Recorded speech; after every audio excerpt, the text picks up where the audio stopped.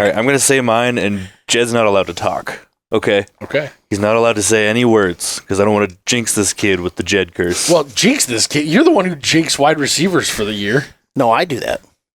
Yeah, Jed, shut up because I'm about to say his name. Were you the Billy Kemp jinx last year? I thought he was. Billy Kemp did fine. I picked Xavier Betts. Oh, yeah. And before that, don't say his name. Yeah. 45, 50, 45, 40, 35, 30. He's gonna go. Holy cow. Big Red Junkies. Day by day, he gets better and better. He gets better and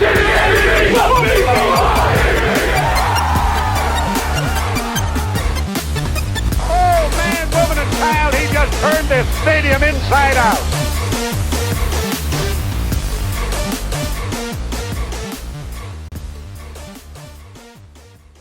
My bad. Guys, we hit 1,000. We hit 1,000. Yes.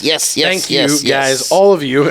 Many of you, I don't know who the first one was, but you guys have been here since the beginning, about a year ago. You're not pussies. Thank you. We appreciate that. Yes. You're going to see a lot of fun stuff from us over the next 3 to 4 months while football season slows way down after spring. But we're here to talk spring football. Hell yeah. Game, an actual preview show, even though it's just a practice. It is. But glorified scrimmage. Doesn't mean I'm not super excited about it. Yeah, I mean, I'm going to watch it. I wish I was going to be there, but I can't be there. I won't watch it live because I'll be working, but I'll be listening to it, and then I'll watch it later. Yeah. Well, I feel sad for both of you because I will be there.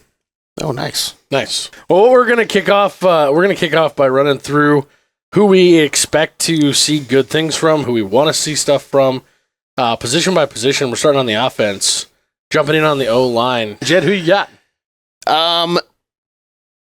It's one of those we've been hearing from the scrimmages where Ben Scott, Ben Hart, and Bryce Benhart have not been playing in the scrimmages. How much they play, I'm going to leave those guys off to the side. I think one of our biggest question marks on the entire offensive line has been the guard spot coming into this next season as far as who the guys are going to be. Yeah. Somebody that played quite a bit last year in a supporting role. He didn't play, overly a ton. He had over 50 snaps twice last year. I'm going to go with Henry Latofsky. He's a guy that's kind of been talked up a little bit this spring to be Which is surprising. I know. He did not play well last year. No, he did not. And that's kind of why I was like, well, if he's getting talked up that he's improved a lot, I want to see what he's got. So that's the guy I am going to kind of key in on the offensive line.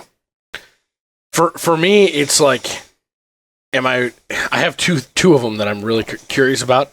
They both stem from the left tackle position because I'm super excited to see what Prohaska is going to bring, especially since he was one of the first guys they put up on the podium in spring. He's going for the first time since he got to Nebraska. He's fully healthy going through spring. So I'm really interested to see if he's the dude running out there with the ones. I know it's still going to be mixed up because they're going to run it like the other scrimmages they have, but I'm really just interested to see how he's handling things, especially if he gets to go against our front line, first tier, Hutmaker, Robinson, Lenhart, Princeville, all those guys. See what he looks like as they're coming around the edge. But the other one, because of him being in that position and being fully healthy and ready to go, hopefully, where's Corcoran going to be? Because just like you just talked about with the guard position, like we've talked about several times, he was not good at tackle last year, but he was really good at guard before that. So even though he came in as a tackle, he played guard for the first, I think, 3 seasons at Nebraska. I'm not 100% sure, but he's been moved around so much that I forget where he was at what time and all that. Yeah, it's just been. I'm interested to find out where he's at. Like I just want to see where he's plugged in, who he's playing next to, what's happening with that, what unit he might be on. Yep. Got anybody, Matt? Yeah, for me, Corcoran was my initial thought just because he was so bad and I want to see improvement regardless of where he is. Yeah. And it was weird because he was so good the year before. I got to be honest, the person I'm really excited to see is Grant Bricks and how he plays out there. Because I think he's going to come in early and wreck shop. Well, and I think it's going to be one of those where a lot of the true freshmen that are early enrollees, because if you were what we saw last year, and I know last year was run a little bit differently because we were shorthanded on a lot of different positions, specifically offensive line, like we're talking right now. But a lot of the younger players play like the majority of the second half. And that's where I think you'll see most of that Grant Bricks and just kind of see where he stacks up against other college athletes. Yeah, it's it's interesting because we kind of talked about this on the last show. Who's being undeniable? You now have a player brought up, Vincent Shavers, without any coaches talking about him in the same press conference. Emmett Johnson brought him up as a guy that he's been super impressed by. Yep. And for that to be a random mention, that's wild. That means, freshman coming as a running back bringing him up, that means he's running into him a lot. Yeah, probably kicking his ass. He's probably kicking his ass. That's probably what it is. And so, to Matt's point, what if one of those offensive linemen that's a true freshman's coming in? I mean, some of those guys are built for college ball already. Yeah. And so Grant Bricks is built different. Yeah. And so big fella. If they're getting up to speed and they're, like we said, being undeniable, there's a good chance we're going to see him a big ton. And Bricks has been brought up a couple of times this spring. Yeah. So especially by Matt. Is a big ton supposed to be a pun there? At tight end, I'm interested to see what Fedoni looks like. Because again, a guy who's fully healthy going through spring. I know he was fully healthy last year, but he was more. I felt like everything last season, being Rule's first year, was all about let's build culture in the spring. Let's make football fun for them again, because it hadn't been for a long time. And this seems way more business this year. This is way more who's stepping up, who's that guy. We're not hearing near as you remember last year in spring ball, he was the talk of the town. He was everybody was talking about him nonstop. Not hardly hearing anything about him this year. So my one, I guess, that I want to see, I just assume he's doing well and he's there, and they don't need to talk about him. I really want to see, because we have not heard that we've heard a lot of the new guys. We've not heard Carter Nelson's name at all. He's not enrolled right now. He's still finishing Jesus school. Christ. Okay, never mind. But he would be my guy too. If he was, I thought he came down. Because I was gonna bring him up, and then I was looking around to see, because I didn't know if he had was an early enrollee or he's not. Still finishing. I should have run this list by you. That's okay. No, otherwise, I would have brought him up, so I would have looked just as dumb. But you saved yourself. So who do you got, since you don't look dumb like me? No, it's I did pick the obvious one. I picked Fedoni, honestly, mainly because just the tight end position in general. I think it's going to be very interesting to see how that gets used. I know we've been talking for years and years and years around here. Why don't we use the tight end more? Why don't we use it? It doesn't matter who the tight ends are, but having your offensive coordinator also be the tight ends coach. Like how much I read something the other day about how I think it was about Linda Meyer and stuff, like one of the other tight ends. And he was saying how, like, we've learned so much more of the offense with our offensive coordinator being our coach right now, that they can be utilized more. And again, you have an athlete like Fedoni, no matter how much we shit on him in the past. He's supposed to be I want to see the development of that. Yes. And I think that having the offensive coordinator be the tight ends coach, I'm very curious to see it as a whole, but because I have to say somebody's name, I'm just going to go with the obvious. Man, I really thought you two were going to be more creative, and I was going to get to pick Fedoni on this one. I just want to see that his hands work better this year. Yeah. I mean, the options are very small as far as tight ends, so it's, I do also want to see what Borkter looks like, but I don't think I'm going to see as big of a difference from him as I hope to see from him. Well, they brought up Linda Meyer. They did. And a couple of coaches have brought him up now. Apparently he's having a great spring. They called him a hidden gem or something like that. I can't remember for sure what Satterfield said, but the thing for me about Fedoni, and like I said, I was thinking about taking him too, just because I want to see what he looks like with better quarterback play. I mean, yeah, I torched him more than anybody did last year for all the drops that he had. He had balls hit him square in the chest, square in the hands that he just dropped for no reason. But also those balls were being delivered extremely poorly. Yeah. Some of them really hard when they didn't need to be. Some of them, the majority of the balls that he missed last year were thrown low and behind him. So seeing what he looks like, even from a Harburg just being better, all the coaches are talking about how he's a whole, light years ahead of where he was last year. Maybe he's delivering the ball a little more in sync and a little more in time, and that's going to make it even easier just from a Harburg to Fedoni standpoint. But also seeing what he looks like with Raiola throwing the ball at him, and how he's now a year in the program, no longer trying to catch up mentally to what they're trying to do on the field from a playbook perspective, but now just letting it come second nature, kind of like what Tony White talked about with the defense, letting it come second nature and just play ball. At running back, honestly, I toyed with this one a lot. I want to hear what Matt has to say because I feel like we probably are going to have a little overlap here. Before we get started, I just want to make sure so I don't sound like an idiot. Gabe Irving is planning to play in the spring game, yeah? No. He's not going to? He's doing drills on his own. Yeah. Okay. Like he's practicing, but like the contact is limited. Yeah, I just wanted to see where he was in his progress. Yeah. That was going to be my number one pick, is to see if we could actually see him with some live ball. I don't think that they are. He talked in his press conference on Tuesday. He talked about how he's a guy on the sidelines when they're scrimmaging, and he's hating the fact that he can't be out there. It's kind of the same concept with Ramir Johnson. They said he's completely healthy, but he's one of those guys that has played so much that they're holding out on a lot of things. Now, he's going to play on Saturday. That's what I was going to like. He might play Saturday, and how much he plays, kind of like some of those other guys, of the experienced guys that has been held out all these scrimmages. Who knows? Yeah. But Ramir Johnson is another guy that's kind of limited. We're going to get a lot less of a show this year than we did last year because last year, like I said, I think they were more about, like, let's get them having fun playing football again, and they also needed to get them to feel what it was like to play football again. And so there was a lot more hitting, a lot more physicality in spring than we're seeing this year. From what I understand, the green jerseys are staying on the quarterbacks for the spring game. So who's your guy then? I'm going to be looking probably most at Ramir Johnson. I just want to see that he continues to go. He sounds like he's lit up right now. Yeah, we have so many guys in the room again, and I want to see if he continues to lead them as opposed to just being handed it. Well, and also the way Satterfield talked about him and EJ Barthel talked about him as far as like, why the hell wasn't he on the field more before we got here? EJ Barthel's comments were pointed at the last staff. And they sound very excited to be able to use him in 1,000 different ways. And I'm very interested, however long he plays on Saturday, what kind of plays those are. Like, do they show a couple of them? I've always loved Ramir Johnson. So it sounds like they intend to use him out of the backfield, catching balls a lot. And then possibly lining up in the slot.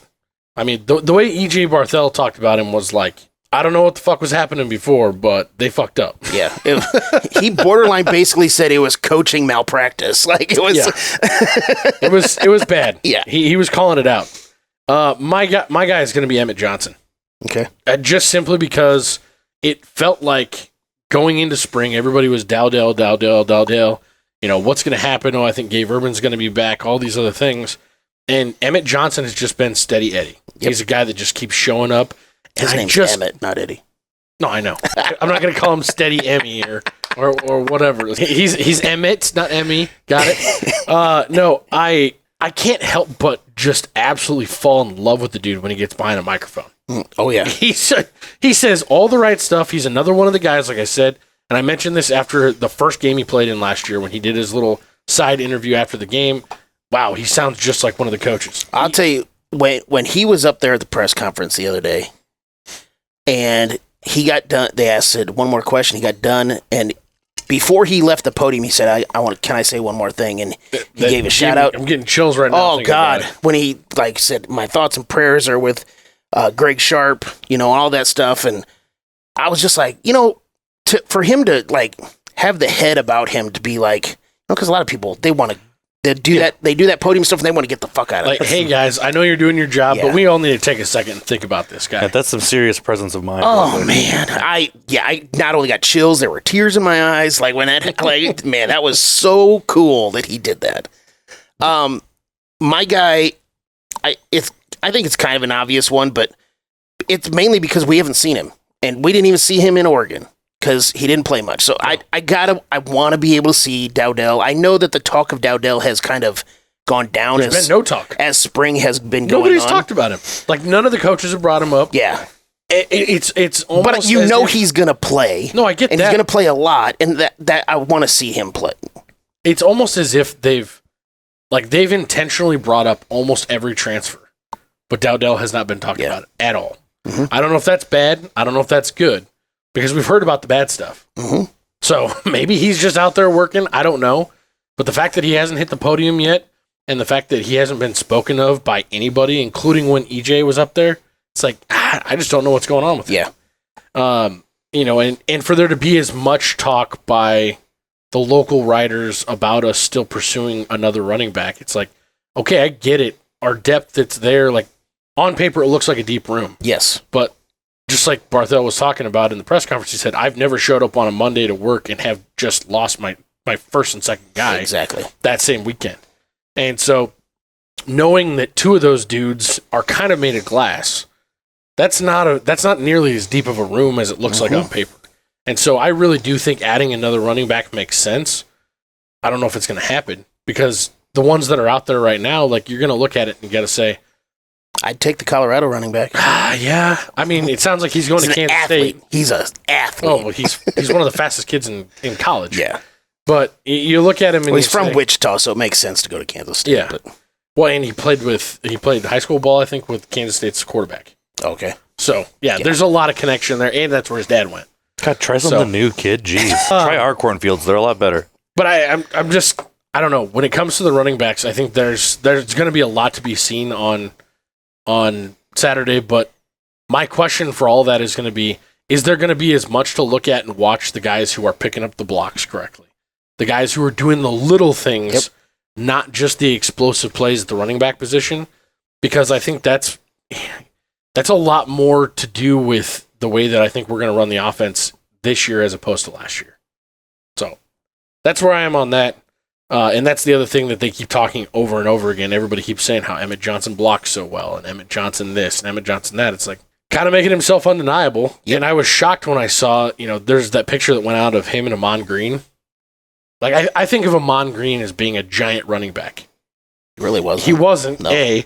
But B, I think of Emmett Johnson as being a tiny running back, and standing right next to Amon Green, I was like, oh, they're basically the same size. It makes me feel better about Emmett Johnson. Well, I'd be willing to bet Amon Green's lost quite a bit of weight since he stopped playing, but probably. But I was talking more from a size perspective, like height wise. Okay. And broadness. I don't know. He still looks pretty little in pads. Who, Emmett? Yeah. I agree. Everybody looks little next to our offensive line. That's the other thing. Is kind of the point. I would hope so. He is 6 to 9 inches shorter than all of them. Unless you're Derrick Henry, all running backs look little compared to the offensive linemen. That's fucking true. At the wide receiver position, Jed, who you got?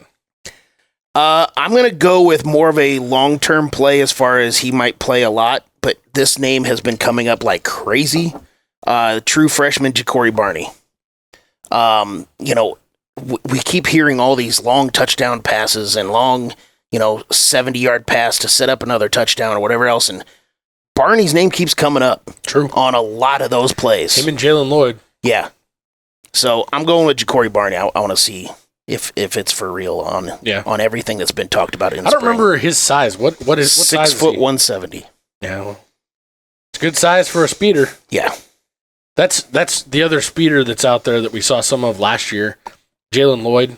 He's a guy that also keeps getting brought up.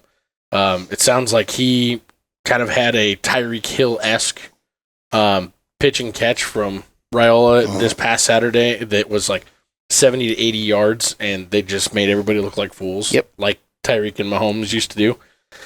And so I have him and Isaiah Nair. I want to see how healthy he looks because they keep talking about how he's fully healthy. He says he's fully healthy. I want to see how much they let him do because he didn't play all of last year. He also made an interesting comment when he was on the podium this last week that he was fully healthy last year. And I was under the impression at Texas that he only played in one game because he was hurt the whole season. So I don't know what his deal was there. That might be a miscommunication where he thinks he's healthy, but the doctors there don't. I feel great, coach. Yeah. That is very possible. Because that has happened before. It's like, no, I'm good. It's like, well, this X-ray says you're not, so okay. Yeah. I was good my entire senior year too, and I had a torn rotator cuff the entire season.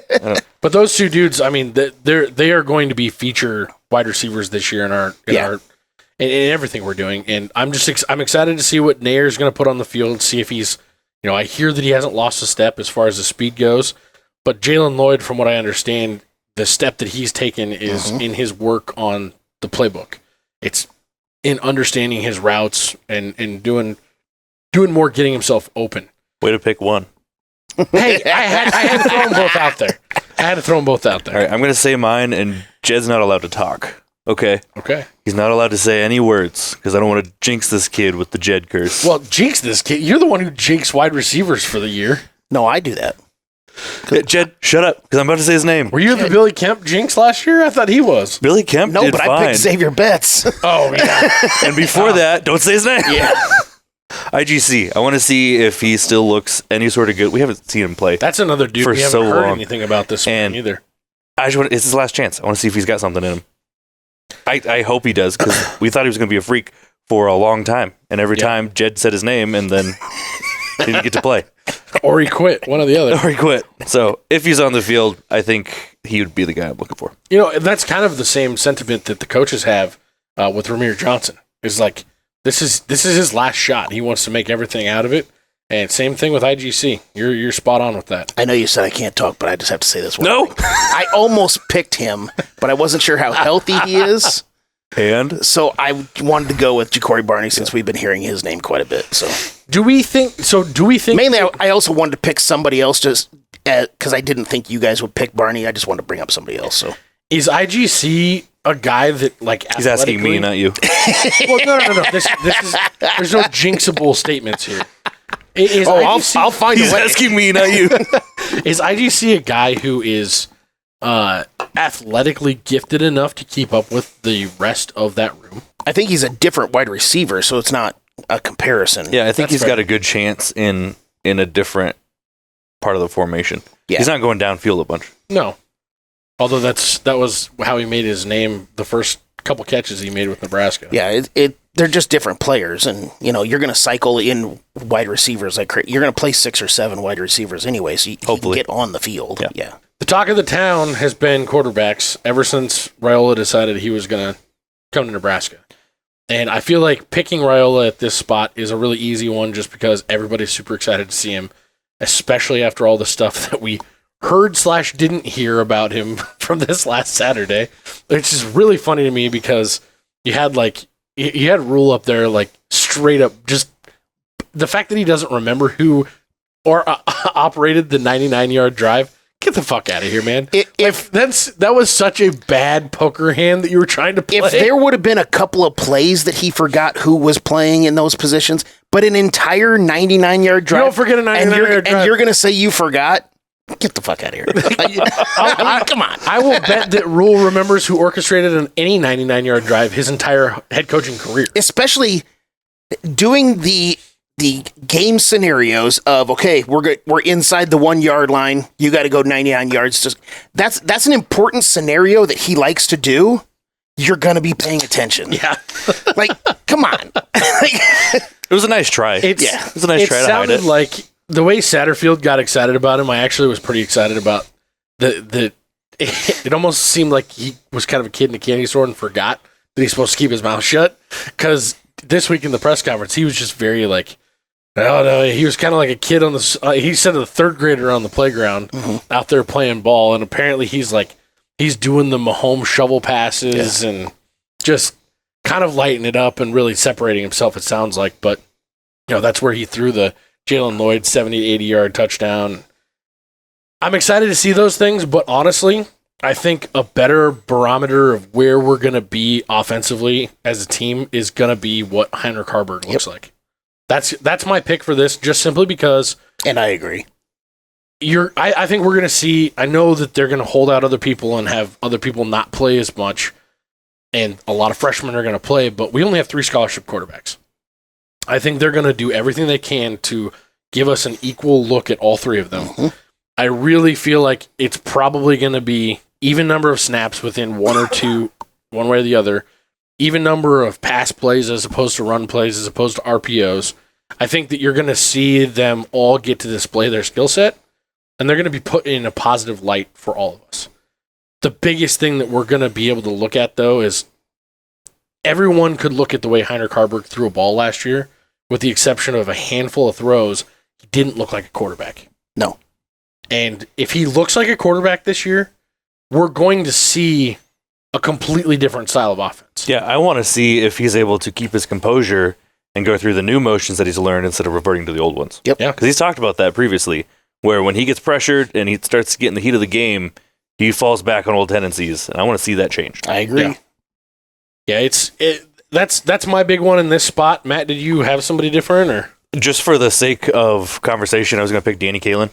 I do think we're going to see some good stuff out of him, but I want to know if you guys think he's going to keep up. I mean, keep up. Like I said, I think they're going to spotlight what these guys all do individually directly, I think. Like they're going to let Kaelin look good. Well, they're putting him out there for whole drives. They're not just going to call specific plays that they look good on. No. They got I know that. orchestrate the whole drive. Yeah. Mine's Harburg just because, for everything. How much he has to change. And if he's going to be a true backup. And us getting the first, real look at him. I think Kaelin's going to play a lot. I do think that it's going to be a close, but I think with us only having 5 quarterbacks on the roster, last year we played 6. We had 6 scholarship quarterbacks on the roster last year in the spring game. No, we only had 4 scholarship guys, but the walk-on guys they played. But when I pulled it up earlier, it looked like there were 6 guys, but 2 of them weren't available. Yeah, but so we need a lot of these guys to play, and with them being younger, Kaelin and Raiola, they're going to save Raiola a little bit because he's, quote unquote, the guy. And I think we're going to see a lot of Danny Kaelin because in the second half, you're not going to throw Wojcik and Longville out there for the entire second half. So we're going to see a good dose of Danny Kaelin. So we'll see. Yeah, I'm excited to see what he looks like. I think he's going to be more of a developmental guy, just from a standpoint of he's a brainiac, but his body's got to catch up to everything that he wants to do. Yeah. That's just kind of where I am with Danny Kaelin. Sorry, not that it matters, but we played 5 quarterbacks last year in the spring game. I forgot Chubba Purdy played on both teams. So okay. Real quick, I wanted to touch on the Raiola situation just from a standpoint of there's so much talk about everything when it comes to is he the starter? Is Rule just trying to protect him? Do we really think that this is just we want these guys to stay competitive and keep, raising tides, raise all ships, that sort of a thing? Are they? Do you think that they're that worried about him losing his competitiveness or his desire, his drive to be the best if he gets named a starter early? Or do we really think that this is about pressure? Or is this just simply Matt Rule doesn't operate that way and you're going to compete every day for your job? That last part. I was going to say, I don't think it's about any of that. I think it's about making sure that the quarterback room is a cohesive unit. They all work together. From day one, when Rule got here, he preached competition. And nothing is given to you. And you have to fight for your spot from day one until you leave. And so I think it's 2 things. One, mainly that last thing that you said as far as, it's what Rule is about. He's about competition. Yep. He's about, not just especially when there's no things. need to name a starter. Well, that too. But he also, after spending a year and a half here, he understands that if he flat out says, the chosen one is the starter, how much everybody's going to freak the fuck out. Our fans are already frothing at the mouth. Exactly. Some might die from how much they get excited. Yeah. See, but I agree, but at the same time, I don't because let them freak out in August, not in May. But see, I don't and for the next 3 months after that. They're already going to be freaking out in August. So might as well just add on at that point. Yes. I just don't think anybody really believes that it's not him. I think everybody already knows it's him or assumes that it's him. I think everybody hopes it's him because of who Harburg was last year. Yeah, and I'm with you on that. I think the same thing. But at the same time, something that I heard earlier today was, maybe he's worried about somebody transferring. I don't think that you bring in Raiola the way that he came in. Who's going to transfer? Well, does Danny Kaelin hit the transfer portal? Okay. Does Harburg hit the transfer portal?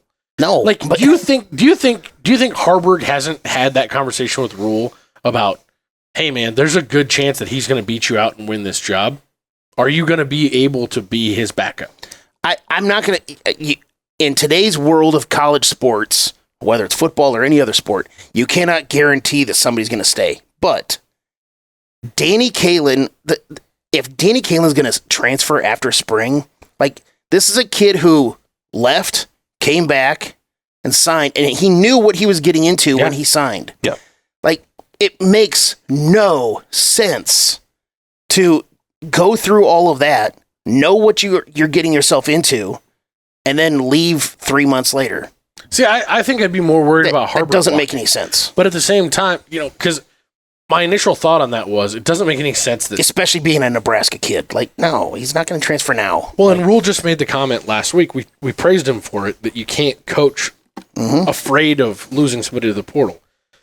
I don't think the transfer stuff has anything All that being said, I also think back to this time last year when everybody assumed Casey Thompson was going to have a shot at, vying for the starting job once he was healthy. He wasn't healthy in spring.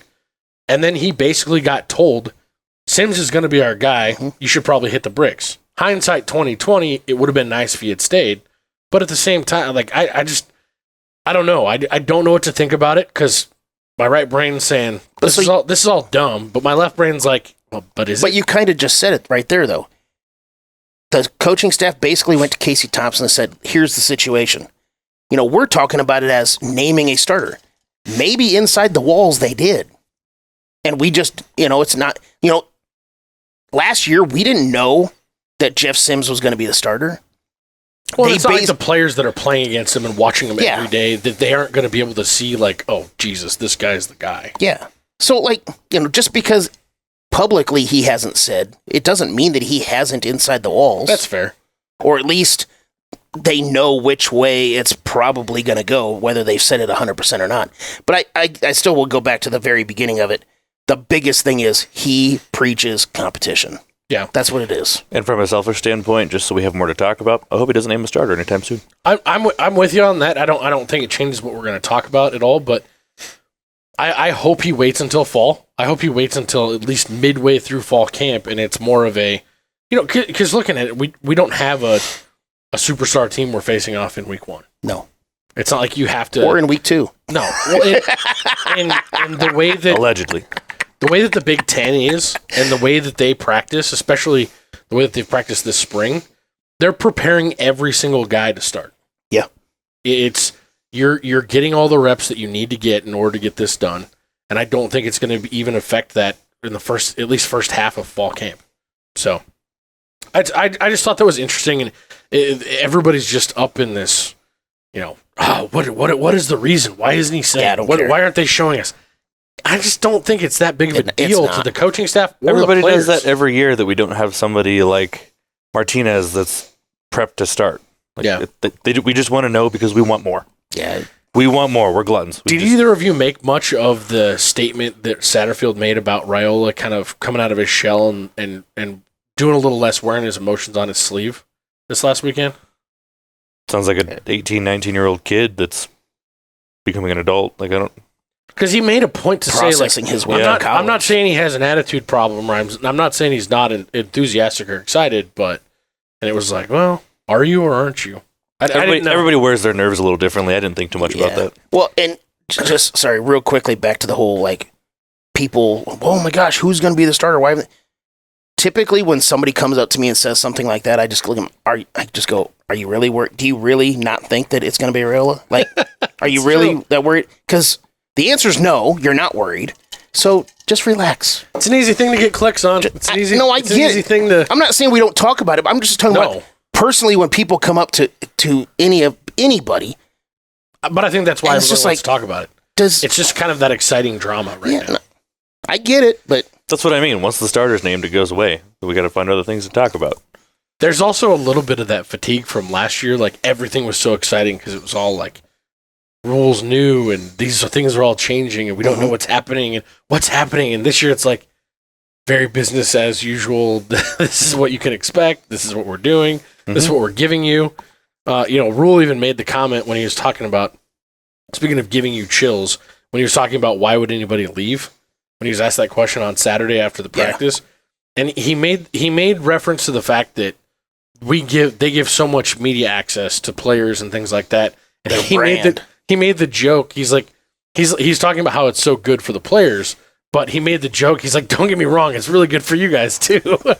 And he's right, because it gives everybody more stuff to talk about. Yep. You can go look anywhere. There's only a handful of schools out there that have as many podcasts, as many people talking about them, trying to drum up information on as what Nebraska has. It's because we're all nuts. Yeah. But we love you, crazies. Moving on to the defense. Let's go to the D-line. Matthew? I've been kind of rolling this back and forth. There's a lot of players that I want to see, because I don't think we're going to see some of the big names. Yeah, I don't think we're going to see a lot out of I stayed away from them. of Hutmacher or Robinson. Yeah. But one guy that I really want to see how he plays is Jamari Butler. Yep. I think he started half the games last year, and he's progressively gotten better. I want to see if he can kind of hit that next year this year. And if he does, man, because again, he led the team in tackles for loss, sacks, and he only started for 6 games. Yeah. He was the surprise tackle for loss guy. Yes. Yes. We were all like, "What the fuck?" Yeah. I just want to see it continue and get better. Yeah. So that's my guy. I like it. Jed? I'm gonna, like I said, I'm staying away from the big guys, but another guy that keeps getting brought up that he has taken a giant leap. I'm going with Riley Van Poppel. As a freshman, he played in 11 games last year. He only had 5 tackles, but very limited role, and obviously studs around him to clean up everything. But there wasn't a lot of opportunity for tackling last year. No. But again, a name that comes up constantly, especially during the drills and the scrimmages when Hutmacher and Robinson are not in there, Riley Van Poppel's name keeps coming up. So that's my guy. Just like his bangs on his mullet. What? Keeps coming up. Just like his bangs on his mullet. He's got an epic mullet, man. Okay. Sure. No, those are both really good guys. The one that I actually want to see, because I don't think that they're going to hold him out as much as you guys think. They're going to give the fans a little bit of a show, at least in the beginning. Yeah. I want to see Nash. I want to see what he looks like, 30 pounds lighter, and how he's moving. Because last year he was so much like the nickname Polar Bear. If you're more trim like he looks right now and faster, it's going to be hard to call you a polar bear. And it's, he had a lot less move and a lot more power last year. I think there's going to be a lot more of a balance there. And I really am interested to see what he looks like at 1v1. Put him lined up on Ben Scott and let's see what they do. I love it. I more just went through my guys as I wanted to pick as few big guys that we already know who they are. I'm trying to pick guys like I want to see this guy. If he wasn't in a different body this year, I wouldn't even want to see anything. Yeah. Because the other one that I really want to see, if he's gonna take that next step, he's been mentioned a couple times this spring early on, was Elijah Judy. Oh, yeah. He was a close second for me. I want to see him too. He's a name coming out of Texas A&M last year. He was on my list of Coming out of Texas A&M last year, we thought for sure this guy's going to hit the ground running, and then he just kind of didn't last year. Well, kind of like those MJ other Sherman. 2 guys kind of took the spotlight. They're like, you've said it a handful of times, be undeniable. Those 2 guys were undeniable. It was just. Well, it sounds like he's adjusted his body type a little bit too, so he's playing inside and outside. So I'm excited to see what he's going to do as well. Because coming in from Texas A&M, you're right.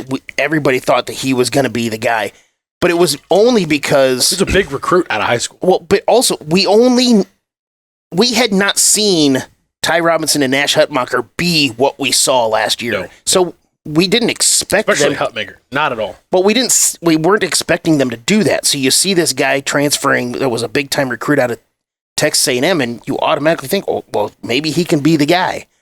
Then these other 2 were like, nah. The guy. Yeah. Move over. South Dakota's coming in hot. Yeah. At linebacker, I'm going with MJ Sherman. He was a guy we did a whole show, the dude, last offseason. We could not, me especially, I could not have been more jacked up about another transfer guy coming in, not Texas A&M, from Georgia. Yeah, a year ago, the table kept moving while we were doing that show. Yeah, we have a different table now because of that. No, I'm just kidding. But I'm very excited to see his transformation because it sounds like he has made a next step. It sounds like this season he's coming in, he's trying to do everything the way that they want it done instead of this is what I know because I came from Georgia and that's the best. What have you guys heard about him being more of a leader this year? That's really what I want to see. A lot. Is if he can actually take that he's obviously a good player. I want to see him be the player on the team that picks everybody else up. Yeah. Well, one of the things, you have a guy like MJ Sherman who was a highly touted recruit, came from Georgia, winning a national title, all of this stuff, a lot of expectations on him, whether it was from us or everybody else.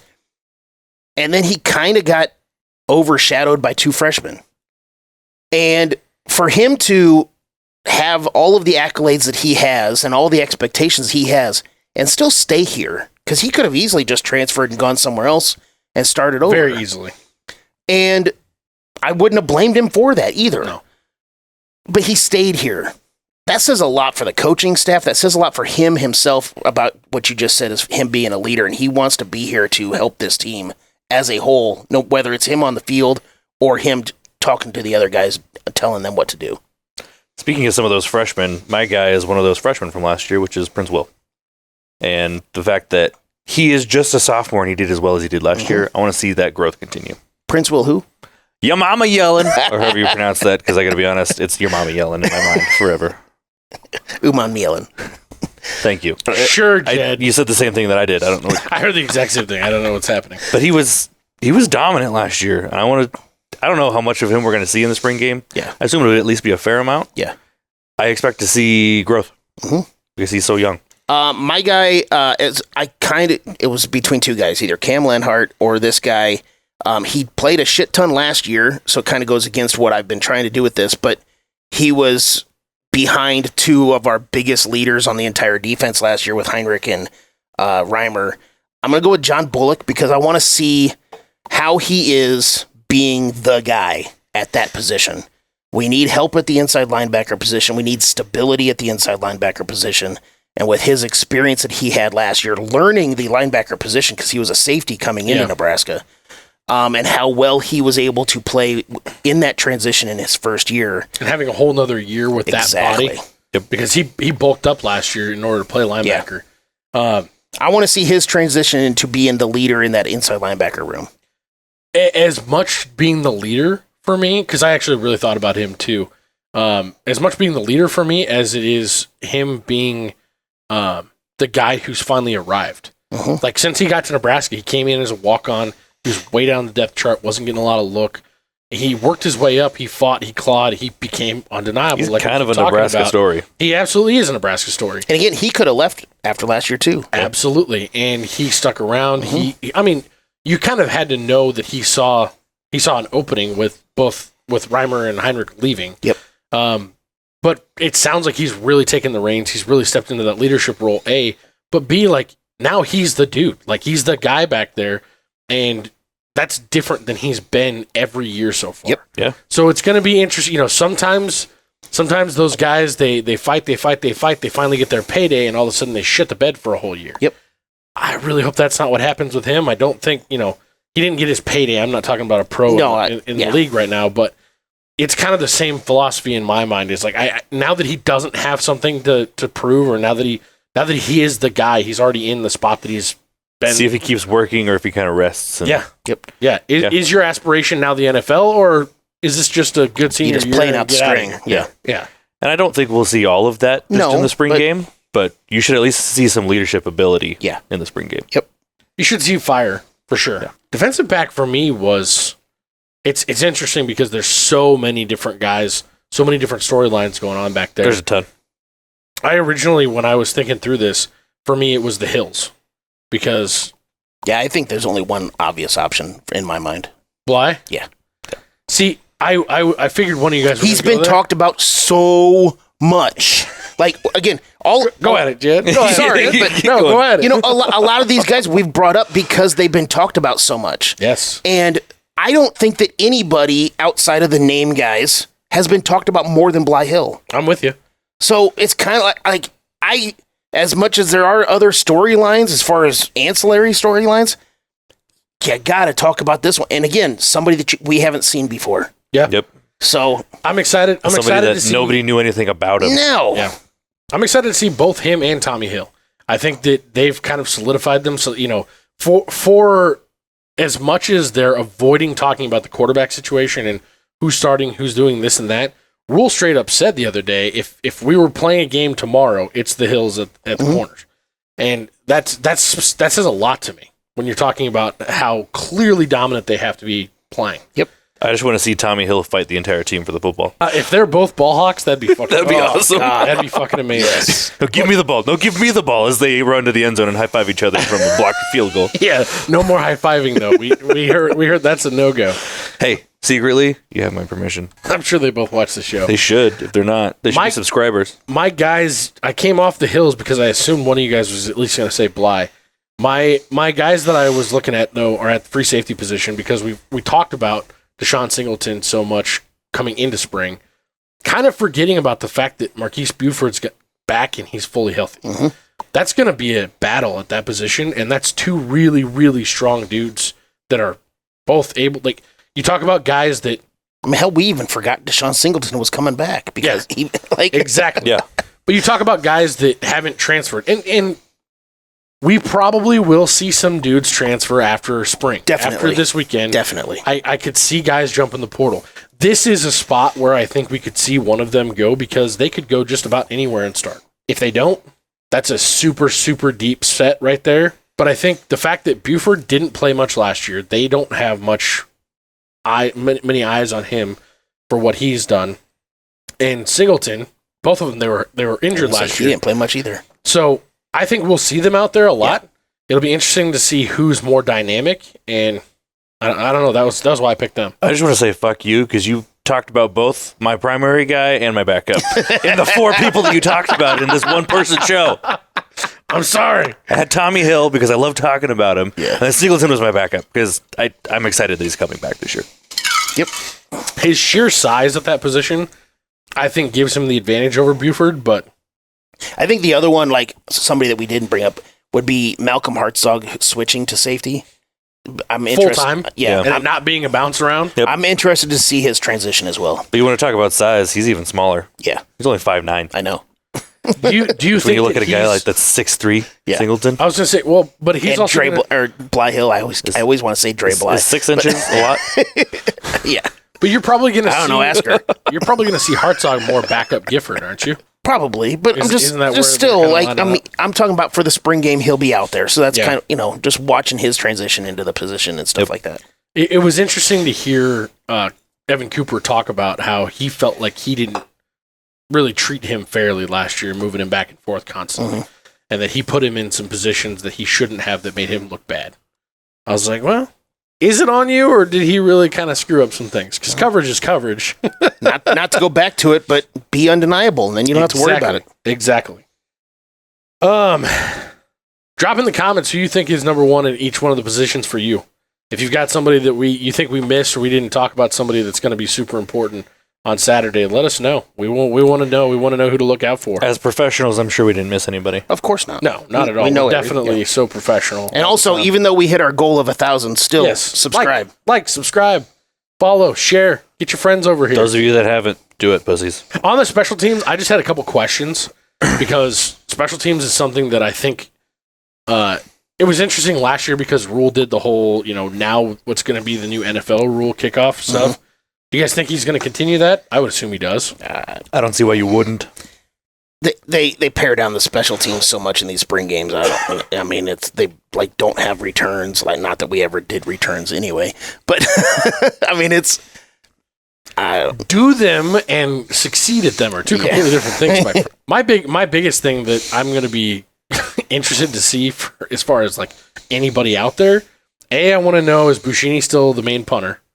And B, I want to see if Alvano can hit like more than 2 kicks in a row. He absolutely can in practice. Fair. He can hit whatever you want in practice. In live scrimmage, I want to see him hit more than 2 in a row. I don't expect to see anything but good stuff out of the special teams in the spring game. Because they Fair. like you talked about with like the quarterbacks, they're going to put them in a good position. Yeah.